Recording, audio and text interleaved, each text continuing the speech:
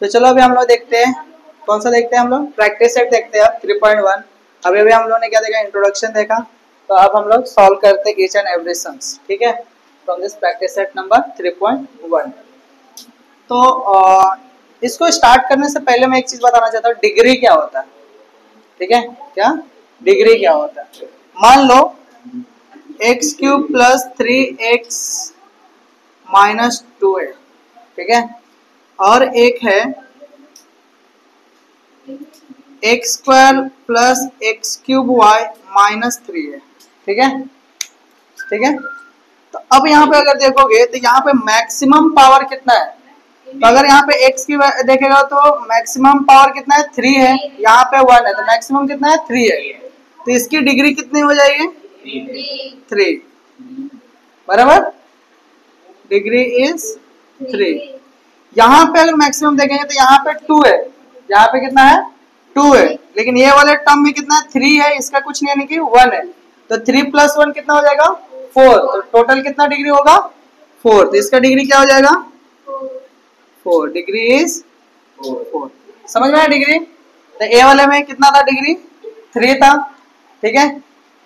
अब इसमें हम लोग ने देखा कि पहले वाले टर्म में पावर कितना था 2 था, लेकिन दूसरे वाले टर्म में कैसा 2 वेरिएबल है, जब 2 वेरिएबल रहेंगे तो उनका पावर क्या कर देंगे, हम ऐड कर देंगे जब मल्टीप्लाई रहेंगे। तो इसका x का अगर देखेंगे तो 3 है, y का कितना है 1 है, तो टोटल इस टर्म का कितना हो गया 4, तो हाईएस्ट इसका डिग्री कितना है इसमें, इस एक्सप्रेशन में 4 है, तो इसका डिग्री कितना होगा 4।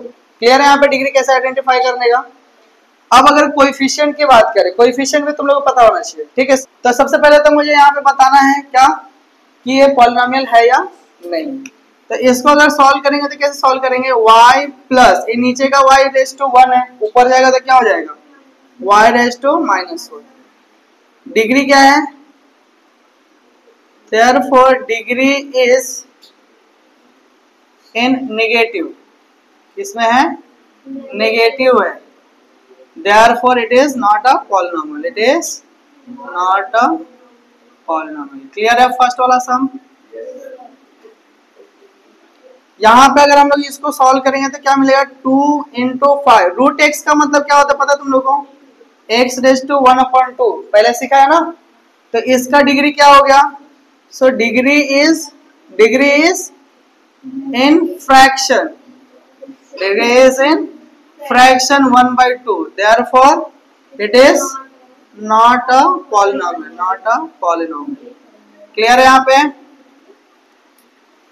यहाँ पे डिग्री कितना है, degree is 2, that is whole number,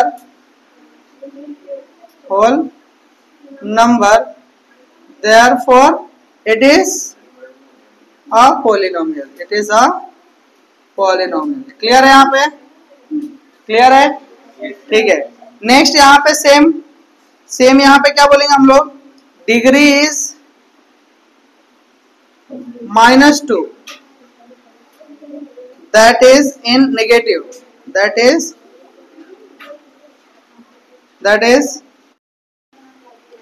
negative, therefore it is not a polynomial। now this is 10, तो 10 का मैंने बताया था कि उसका डिग्री हम लोग 0 करके लिख सकते हैं, जैसे कि इसको 10 इंटू एक्स रेज टू 0 लिख सकते हैं, तो मतलब कि ये डिग्री इसका क्या हो जाएगा, degree is 0, therefore it is a polynomial, it is a polynomial। Now next question is what, write the coefficient of m cube in each of the given polynomial।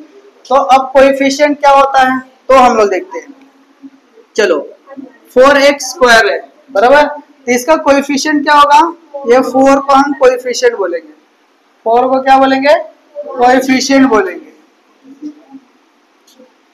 और x को क्या बोलेंगे वेरिएबल, क्या बोलते हैं हम लोग वेरिएबल। तो यहाँ पे बोला है कि राइट द कोएफिशिएंट ऑफ, किसका हमको लिखना है कोएफिशिएंट m क्यूब का, किसका लिखना है हमको m क्यूब का।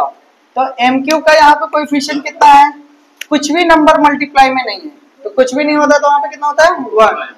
तो इसका हम लोग लिखेंगे कोएफिशिएंट इज 1, कोएफिशिएंट इज 1।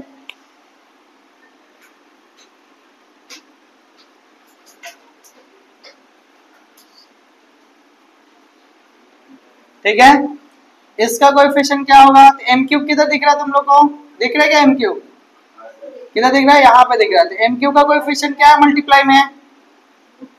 क्या है मल्टीप्लाई में? -√3। तो कोएफिशिएंट इज -√3।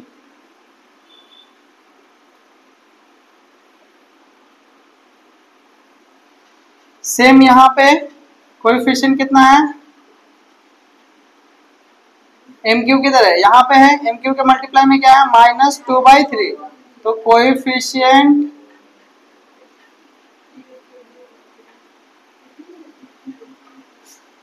इज -2/3। क्लियर है? क्लियर है? इजी था? ठीक है, नेक्स्ट क्वेश्चन देखते हैं। Right the polynomial in x using the given information. Given information को देख के हमको क्या लिखना है? पॉलिनोमियल लिखना है। तो यहाँ पे क्या बोला? Monomial with degree 7। मोनोमियल मतलब क्या? एक टर्म होना चाहिए, लेकिन डिग्री उसकी कितनी होनी चाहिए? 7। तो इसको कैसे लिख सकते हैं हम लोग? x⁻7। और x यूज करना है ना, तो x का ही हम लोग पावर लिखेंगे। तो x⁻7 will be the monomial with degree 7। Same binomial means what? Two term. Degree कितना होना चाहिए? 35, मतलब हाईएस्ट पावर कितना होना चाहिए? 35।